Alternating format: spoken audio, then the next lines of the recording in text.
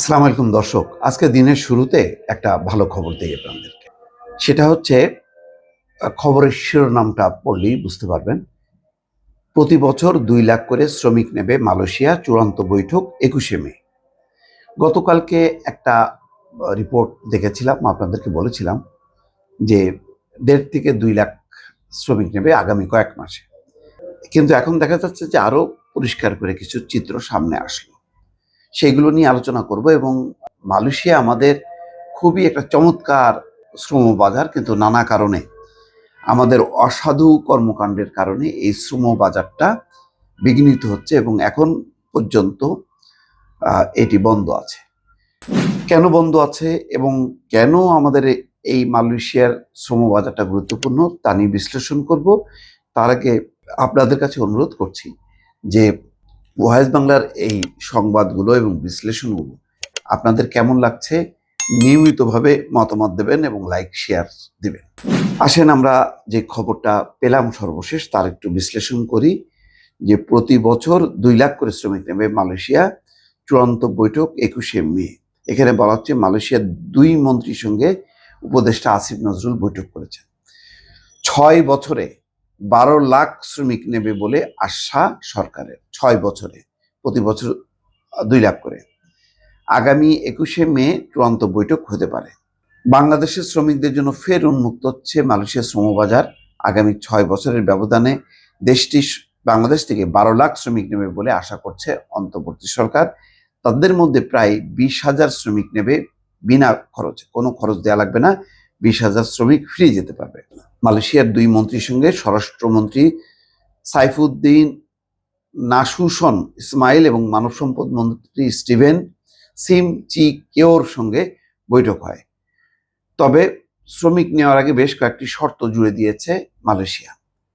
তাছাড়া নেপাল, মালদ্বীপ সহ আরও ৫টি দেশ থেকেও তারা কর্মী নেবে।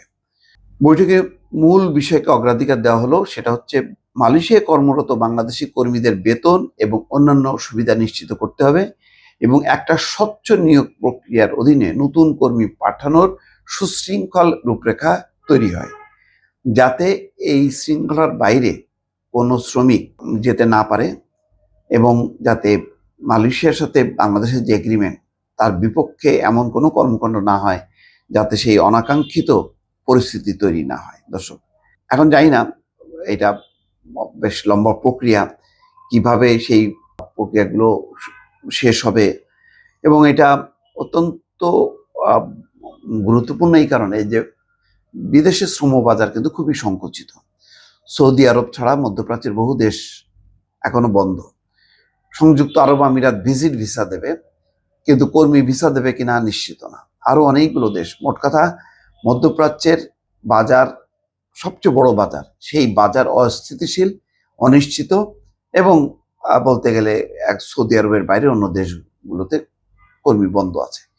সৌদি আরব, মালয়েশিয়া যদি খোলে, তার মানে এই মুহূর্তে আমাদের একটা দুইটা বাজার ছাড়া আর কোনো বাজার নেই।